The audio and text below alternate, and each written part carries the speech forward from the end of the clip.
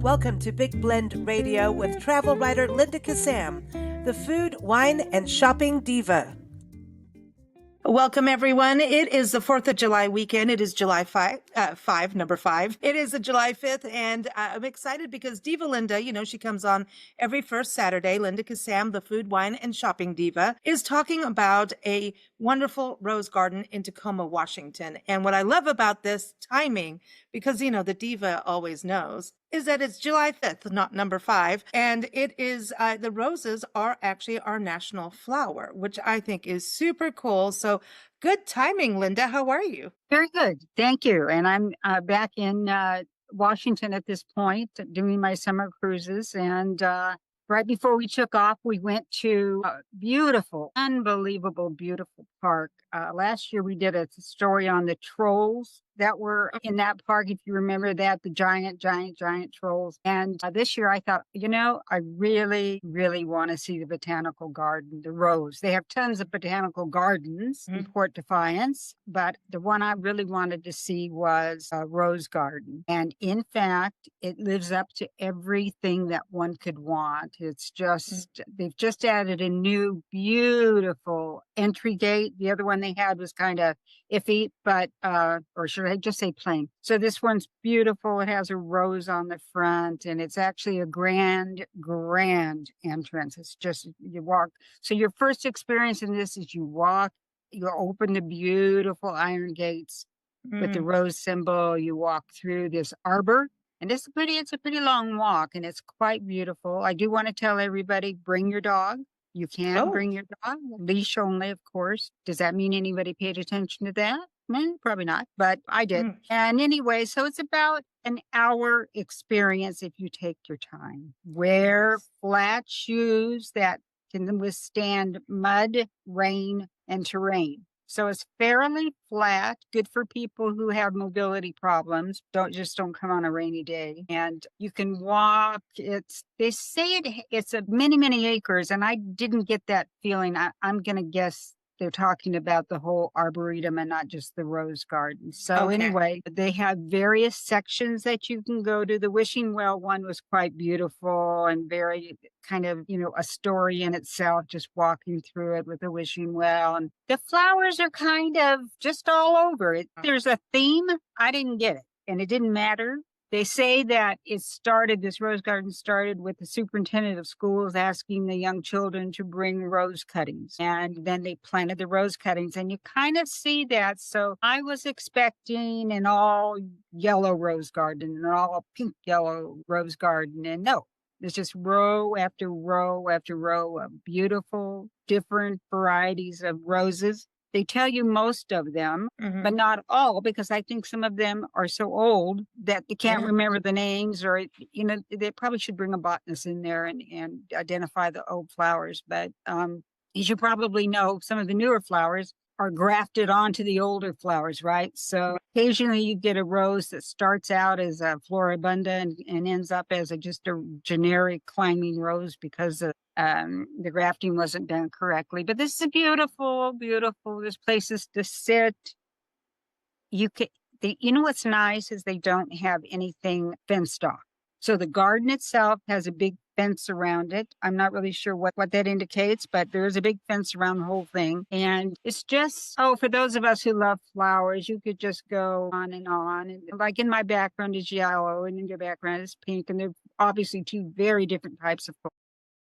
I think the ones I have are peonies. Yes. Those aren't roses. Yeah, those are peonies. Roses are peonies, yeah. So everything, so that was interesting because there was somebody outside saying it was a rose, but doesn't matter. And just beautiful. So they don't mix peonies into or anything else into the rose garden. Pretty much it's all Yes, there's maybe a few little things, but mostly it's just rows after rows after rows. And gosh, you just have to go see it. If you love roses, if you like to be outside with them, if you're kind of person who likes to wander the gardens, and one side looks like this and, the other side's gravel. It's not, luckily they didn't cement it over, which is nice. And a beautiful gazebo.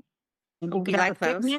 You could have a Oh, picnic there. Very nice. I saw lots of people and they all were just doing their own thing, and lots of dogs and they were just sort of doing their own things too. So it's a beautiful place to just sounds really laid back. And I think what's interesting is, didn't they start this back in the late 1800s? 57, I think, is the correct date, I hope. And And wow. yeah, so this Yeah, 1895 is when it was 1895. established. 1895 was when it was established by the Correct. superintendent. So think about that. So that's pretty amazing. And now they have 900 variety. That's Who you talk to. So one oh, source that I was talking to said there's 2,200. And then I talked to another one said really there's 900. So I'm not really sure. So, I think there's probably 2,200 bushes and 900 variety. that could be. That could be. Yeah. You can see where they're taking out some stuff and putting in new stuff, but that's the excitement of a garden like this. I Mhm. hope that they don't. Or you really need to. I don't know why they don't have a docent or a guided. It would be very nice to have somebody guide you through this. Times these are just volunteers that are doing this. Oh, yes. The Although I master did see a gardeners crew. and Yeah, I did see a crew out there. So, but I think the actual planting of the roses each year and so forth are volunteers. Wouldn't that be a fun thing to have time to do? You and I yeah. don't stay in one place, so we can't do that. But that's a really, really nice thing to do. They might have volunteer days, sometimes they do, but I think the rose, it's got such an amazing history. And, when we look at Independence Day and America 250, I want to kind of gather up all the rose stories over the year because America 250 is a big deal. Next year on 4th of July, we turn 250 years old. And so this is a big deal. So when you think about roses, so like as you're floating around in the Pacific Northwest, Diva Linda, we want more rose stories. Well, next month you're going to have another story about more roses in Roche Harbor. Ooh. So, the Northwest is has the perfect weather climate for roses or peonies behind you. Somebody else said it was a rose, but anyway, It's definitely a peony. I know peonies. I take and her peony. I know the leaf is definitely 100%. 100%, and they're I'm beautiful. 100. I would win Jeopardy on it. You would. I wouldn't. So that's great. So I don't know. The climate here is just cool, as you know. Fairly rare. What's the weather outside? 72. That's a Oh, that's and we had a couple days of 80, and we all thought we're going to die. Isn't that funny? Coming from Phoenix, where it's 150, you're going to die. But you come to the Northwest, it gets up in the 80s, and everybody's hysterical about it. But anyway, the roses love it. They love the rain. They, it doesn't muddy their feet. And, and they're so spectacular. And then we're going to see the Rose Garden in Victoria. Of course, that's not in the US, but anywhere you go. that's okay. Yeah, anywhere you go here, there's going to be roses on somebody's property or as a tourist attraction. Well, I think this sounds like the perfect 1 hour walk. We love our 1 hour walks. 1 hour walks. This is just great, and it's not going to kill your legs or whatever. It's going to be very nice. I'm having a bit of a mobility problem with my left leg, and with my walking stick, I was able to go up, down, all around, no problem. Nice. Not feeling that it was going to slide or stumble. Feeling careful about that. There wasn't anything to. So I recommend for everybody. Children, I think, should go to get interested in gardening, flowers. I mean, they're so beautiful, and part of the rose garden is so fragrant. It's just lovely.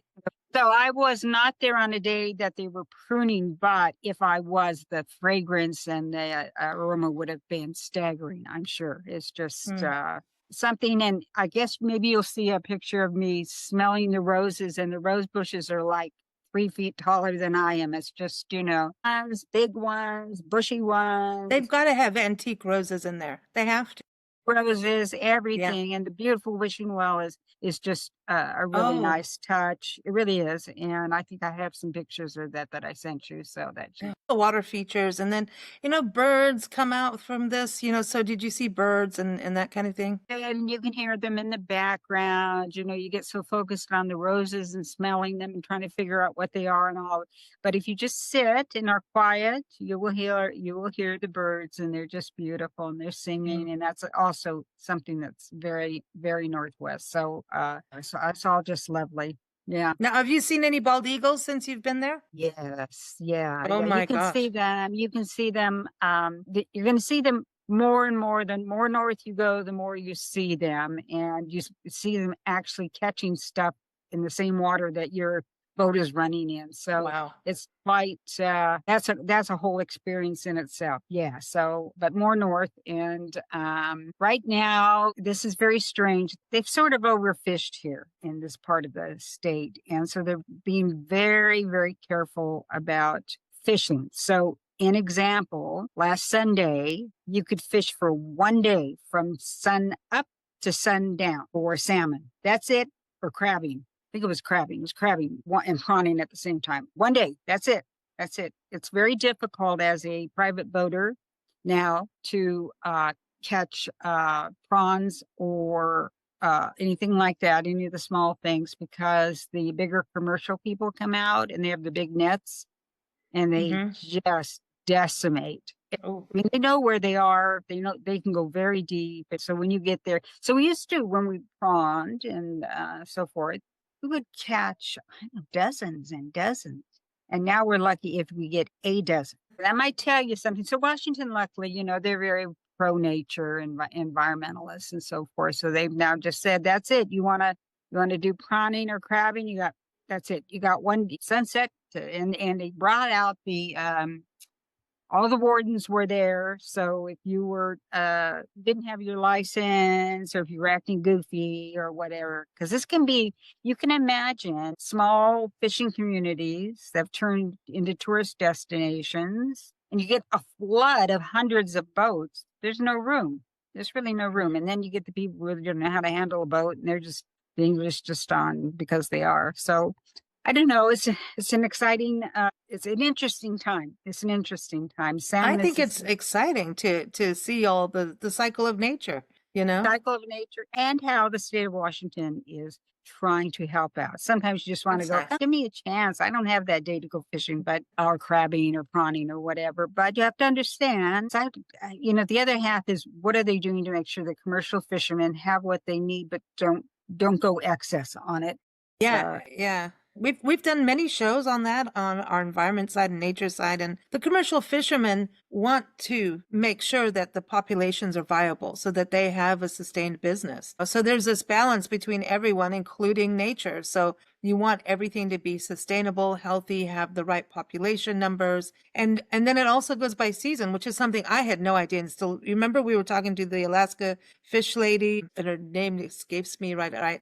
Yeah, yeah.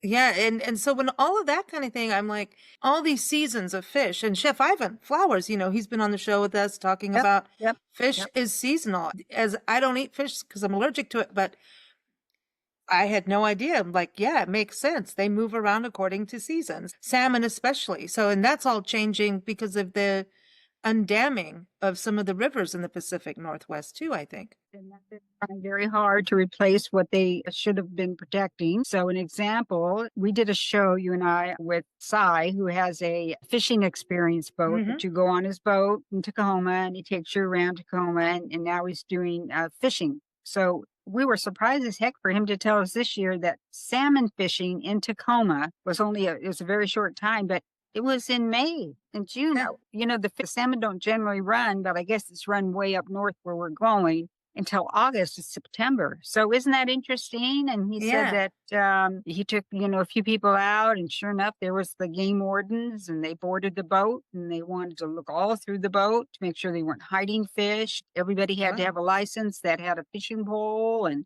so they're trying to do the job and all sorts, but it's too bad that it has to be reflective rather than proactive. So anyway. Well, it's a start, something is Better than nothing. But I think this is a nice balance. So you're having a nice nature time.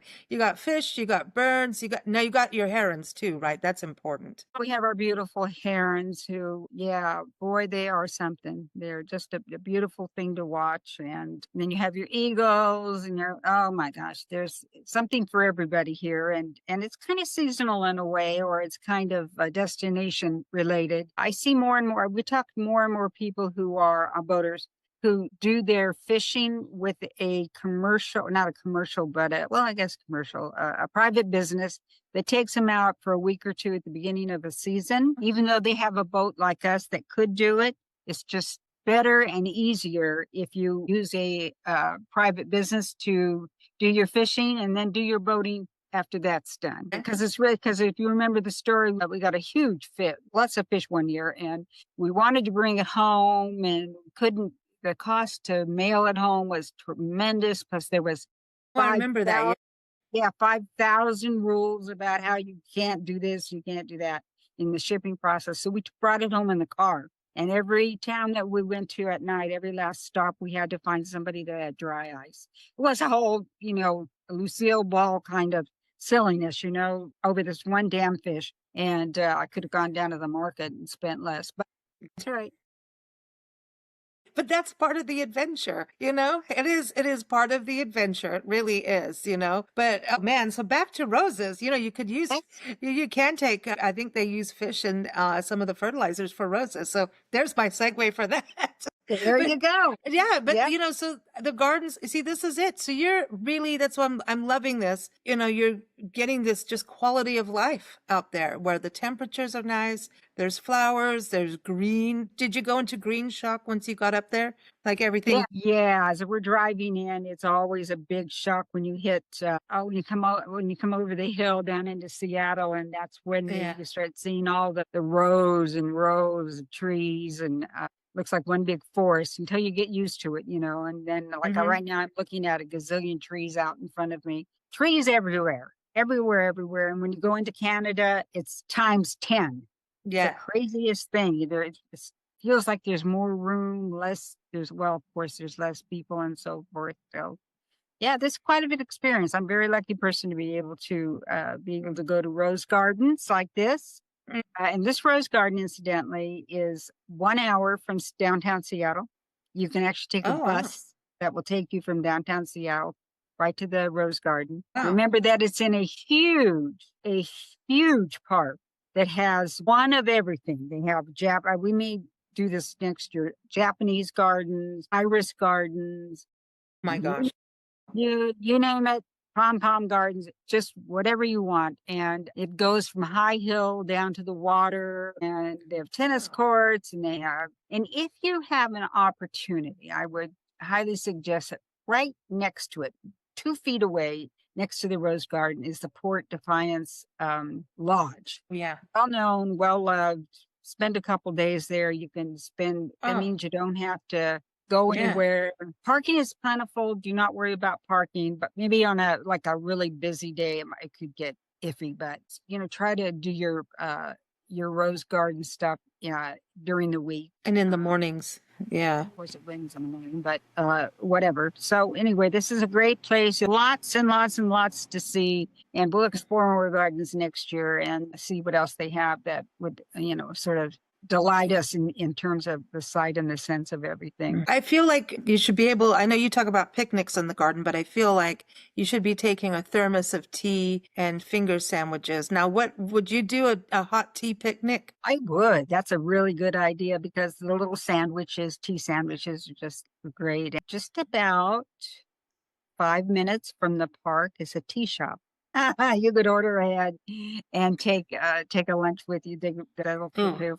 So that's the first time that I saw that. I don't know if that's new or not, but it's lovely. Oh, you're going to find it. I know you're going to find it. If there's a tea shop, you're finding it. I'm finding, we lived in Seattle for a very long time, and now we have to boat in Tacoma. And Tacoma is very interesting. It's like Seattle 20 years ago. Nice. Yeah. Tacoma is like Seattle 20 years ago. And I'm very happy to be there. And they've left much of everything alone. And they have a lot of sites that we'll be discovering as we go along here. So Seattle isn't just the only place to go visit. I'm finding Tacoma is really very charming and very much what we used to have when we lived in Seattle 20 years ago. I don't know, it's like coming home. It's really quite nice. The architecture has not been fooled with. They haven't been tearing down the beautiful stuff to put up apartments. They had to do that because of the high tech that was there. But then Seattle made Amazon crazy and the other one there. And they both moved to Bellevue, which is across the water. So all that space, all this lodging now is open. And it was all over a tax. You just have to be careful with that, people. Yeah, that's the whole thing about how cities are developed and people get greedy over things. There's always greed and there's always some weird piece of red tape somewhere that we all go, why is that there? But somebody wanted something somewhere. Something happens, Somebody sat in a room and made up a rule. Somebody had an experience or a thought about something and there it went. So I'm very familiar with that. I love the idea of towns and cities keeping their history, their authenticity through the buildings and gardens and things like that. Let's keep those. So it's very, very important. The little small towns, everything doesn't have to be a huge metropolis. That's something else that I think Seattle has lost. So the Seattle area has lost. But I didn't know, things swing around. What was old is new again, so we can just hope. Except for bell bottoms. They've stayed in fashion since they were started. Forever. Because they help our hips, okay? That's all I'm going to say. My hips, I love it. Well, I want to tell everyone you've got a great article with photos so everyone can see that. It's linked in the episode notes, or you can go to blendradioandtv.com. Just type in Port Defiance and you'll find it for roses, right? But everyone, Linda is here every first Saturday, as I was saying. So, today's July 5th as this airs. Of course, you can listen anytime, but I just think it was perfect timing as we celebrate America's national floral emblem, which is the rose, And I'm going to link from the episode notes. We have a music playlist of rose songs. So how about that? Oh, that is wonderful. That's a complete package. Yes. And also in the episode notes, actually in her article, you can see the link to last month's feature we did with Robert Schuler from Melissa's Produce, where Linda wrote a whole thing about picnics. And since she's, saying this is a beautiful picnic spot, well, now you've got everything. You've got the food, you've got the planning, you've got the tips, you've got the place. So all you need to do is get your favorite people together and go have a picnic surrounded by roses. Sounds beautiful to me. So Diva Linda, we look forward to next month and hearing more about your adventures in the Pacific Northwest. Yes, all good. Thank you for listening to Big Blend Radio with travel writer Linda Kissam. Keep up with Linda at allingoodtaste.info. You can read her articles in Big Blend magazines and keep up with us at bigblendradio.com.